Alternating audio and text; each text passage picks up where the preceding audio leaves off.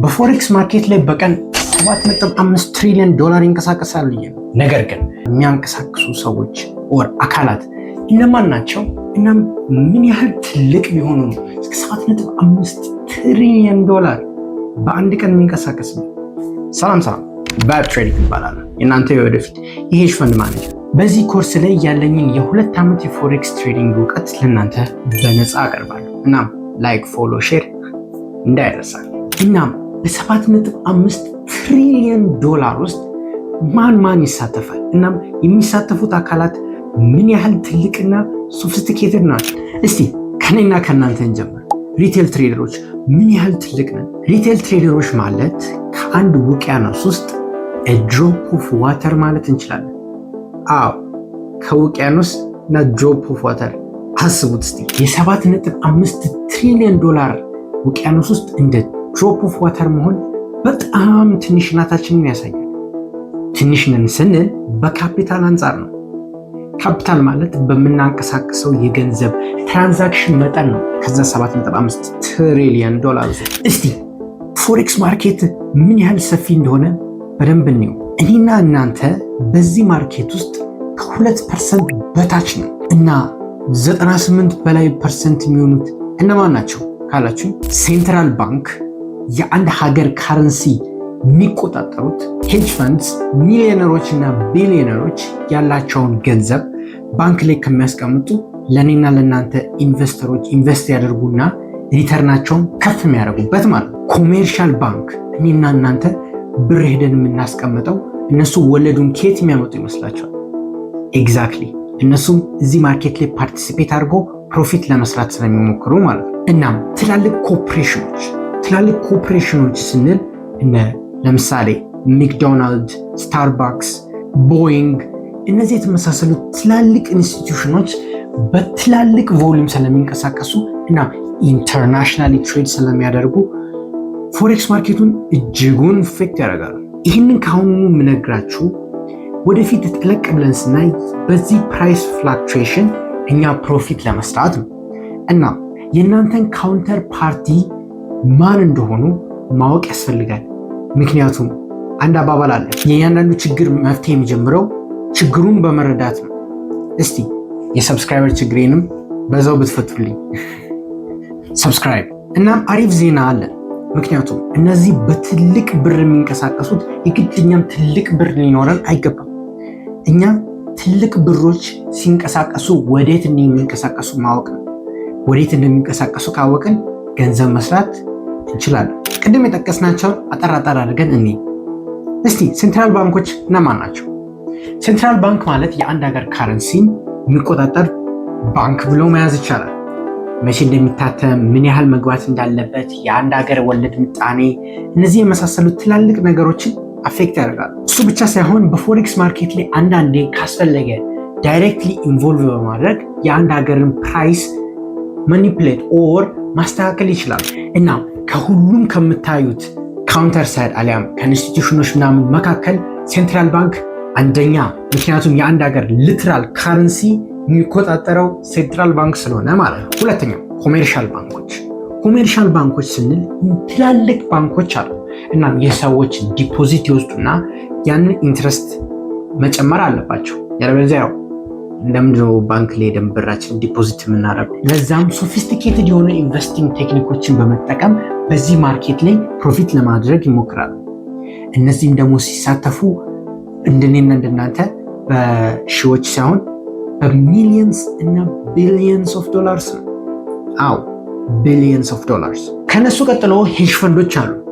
ሄጅ ፈንድ ማለት የሚሊዮነሮች እና ቢሊዮነሮች ብራቸውን ባንክ ላይ ከሚያስቀምጡ ይሰባሰቡና ለእኔና ለእናንተ ጥሩ ትሬደሮች ኦር ጎበዝ ኢንቨስተሮች ብራቸውን ይሰጣሉ። እናም የኛ ስራ ደግሞ የሚሆነው ያንን ብር ማሳደግ ነው።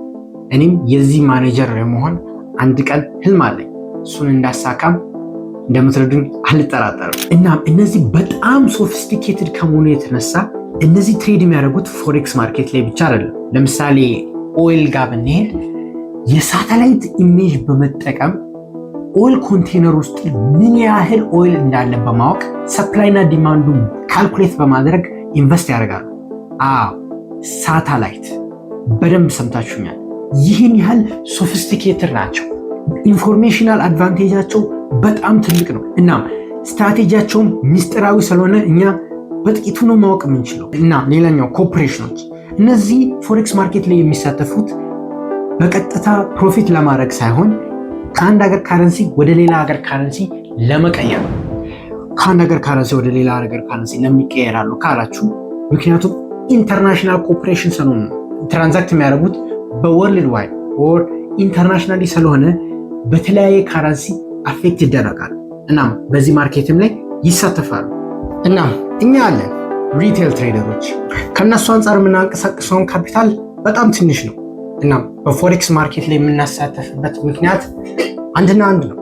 እሱም ካለው የፕራይስ ፍላክቹዌሽን ፕሮፊት ለማድረግ ነው። ሪቴል ትሬደሮች ለዛ ያለ ነው። እስቲ ስለ ፎሬክስ ማርኬት ላይ ያለው ነገር ምን ያህል ሶፊስቲኬትድ እንደሆነ በዚህ ሲስተም ከዓለማችን ላይ ካሉት በጣም ሶፊስቲኬትድ ከሚባሉ ሲስተም ውስጥ ቁጥር 1 ማለት እንችላለን። ምክንያቱም በ7.5 ትሪሊዮን ዶላር በቀን የሚንቀሳቀስ ማርኬት አስቡት። ምን ያህል ሰው ባይ ሴል እንደሚል አናሊሲሱ ምኑ አንድ ላይ ስናደርገው እስቲ ሶፊስቲኬሽኑን እንድታስቡ ትፈልጋለሁ በቅድሚያ።